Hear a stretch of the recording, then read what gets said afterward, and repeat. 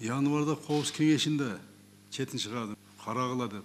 Реагенттер аз жетишпейт. Лабораторияга басып барып койгон, Космос Сарыевич. Ошонун маселе чечип койгон.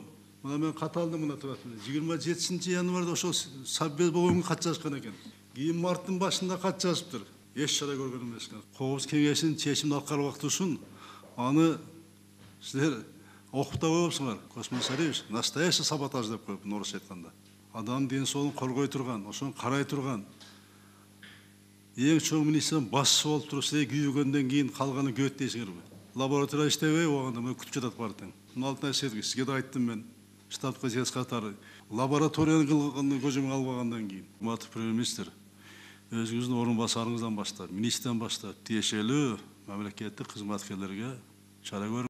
Биздин жана лаборатория боюнча мен сизден пикирди алам. Чындап айтканда, бул жерден биз мүчүлүштү кетирдик.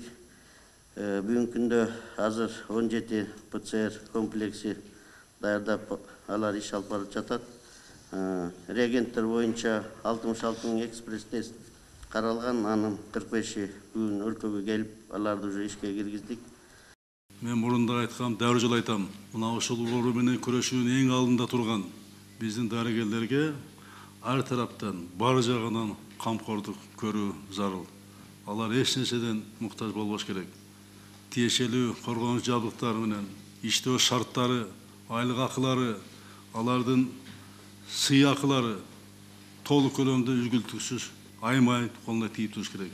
Алар эч нерсе муктаж болбош керек.